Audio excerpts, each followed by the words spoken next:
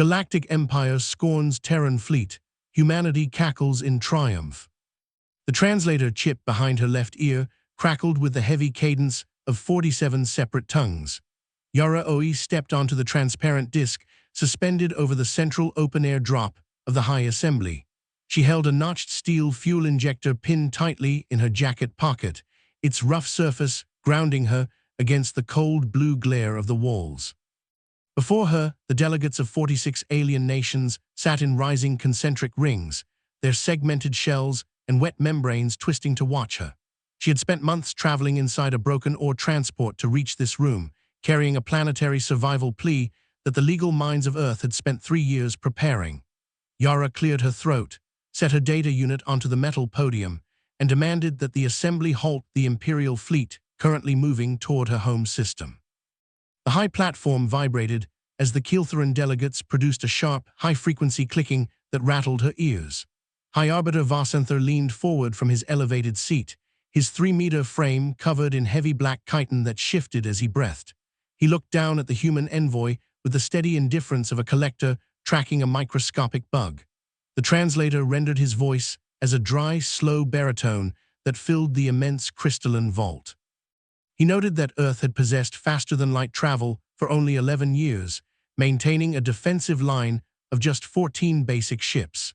The assembly did not offer a formal debate. Vasanther touched his glowing desk console and officially tabled the human survival petition as a minor administrative technicality, leaving the system to face the incoming vanguard alone. You will want to hear how they broke a 6th-century script. Stay close. 14 months before she ever stood on that suspension disc, Yara had looked out the viewport of the old freighter and watched the stars blur into long lines. The air inside the small ship had smelled of recycled coolant and the bitter oil of cheap synthetic coffee. Her mother had taught her to breathe slowly whenever a problem felt too big to name, out through the mouth until the floor stopped moving. She had memorized every line of the space charters, believing that the ancient laws meant what they said. When the negative vote flashed across the assembly walls, Yara walked back to the human docking berth without speaking to a single delegate. She closed her small cabin door, clicked her handheld radio onto the encrypted line, and waited for the static to clear. Commander Aidan Cross picked up on the first signal from the deep space station. He was a quiet man with short gray hair and careful brown eyes, the kind of engineer who spent years managing prototypes where panic meant death. He listened to the tally numbers without shifting his posture, then set his data pad flat on the metal table. Cross told her that the public appeal had been their final diplomatic option, a necessary step to ensure that the Assembly's choice was officially documented in the archives. He slid a second data file across the link, unlocking a security manifest that had been kept from the public eye for 41 years. Project Threshold had been operating in secret since the first alien radio signals were decoded in the old laboratories. The government had hidden the funding inside dozens of independent asteroid mining corporations, recruiting mechanics one by one under the guise of commercial tractor research. Yara scrolled through the active registry list, watching the numbers climb far past the 14 vessels they had publicly acknowledged to the alien community. The document listed 261 heavy strategic platforms, each one built with modular hull plating and tucked away inside hidden structural coordinates.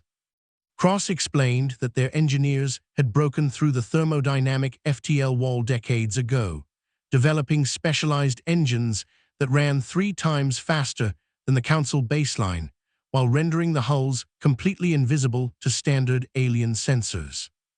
The warning message arrived on the open military frequencies exactly 60 days later.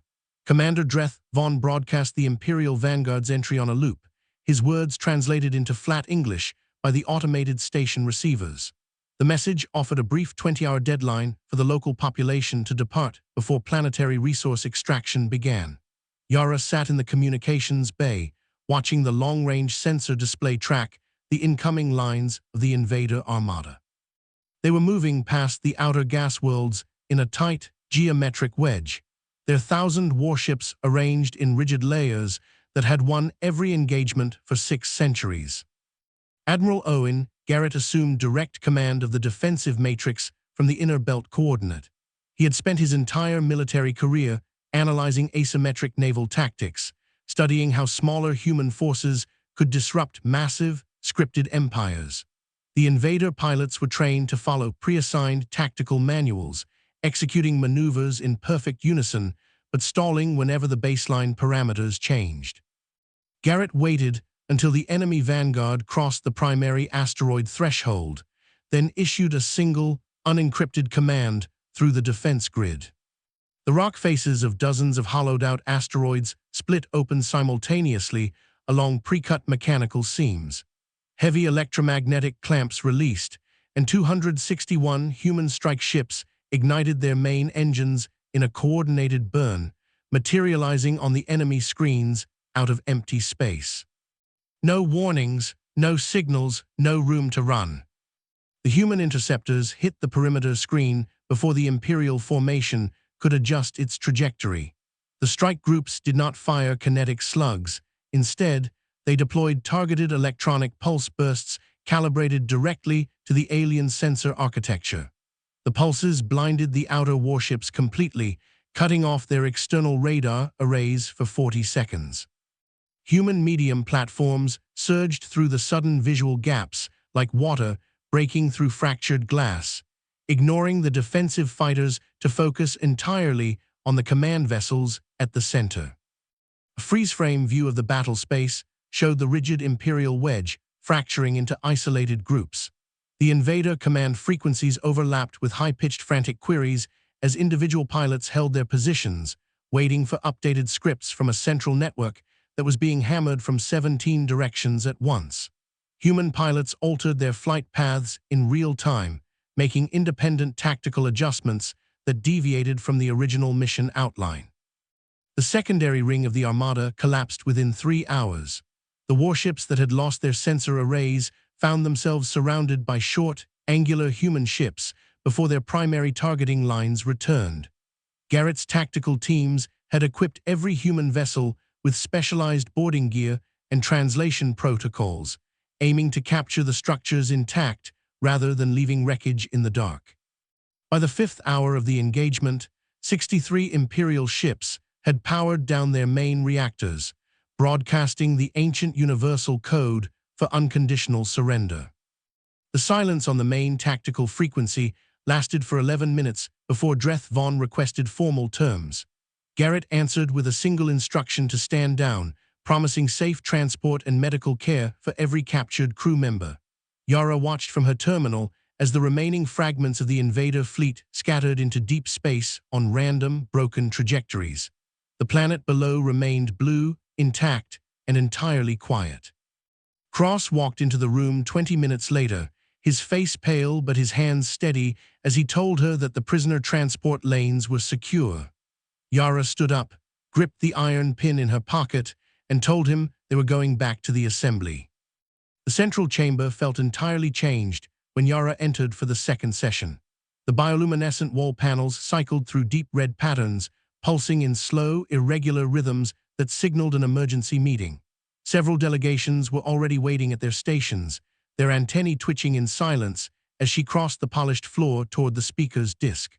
High Arbiter Vasanther sat motionless in his high chair, his massive black chiton reflecting the crimson glare of the room. He did not lean back.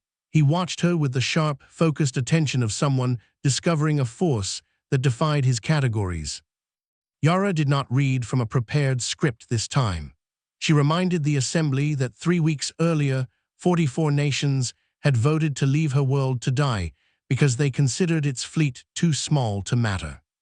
She announced that 261 human ships had broken the Imperial vanguard in an 11-hour engagement without losing a single vessel or taking an unnecessary life. She stated that 12,000 healthy prisoners were currently in human custody, ready to testify before the Council about their experience.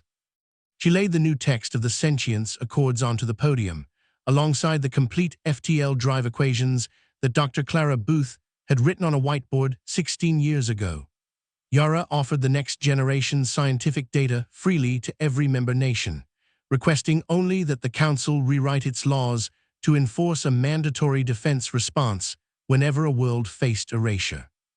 The delegates processed the statement in absolute silence, watching an envoy who had brought partnership instead of a weapon.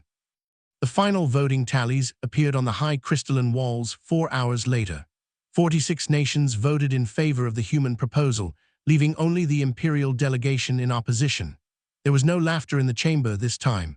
The translator implant picked up a low, rhythmic vibration from the upper rings that signified systemic recognition. Vasantha descended from his elevated seat, crossing the floor slowly until he stood directly before her on the platform. He did not speak, but he shifted his massive frame aside, clearing her path to the center of the room in a silent gesture of acceptance. The new human embassy pavilion stood near the edge of the central station, built with wide glass windows that overlooked the open star field. Yara sat at her obsidian desk, watching the small amber running lights of a human patrol ship glide past the viewport. The color had been chosen because it registered clearly across a wide variety of alien sensory systems, a steady sign moving through the dark. She took the notched steel fuel injector pin from her jacket and set it quietly onto the polished wood table. The ship passed into the deep space line, the stars reassembled behind it. The cold metal pin remained. We had stayed.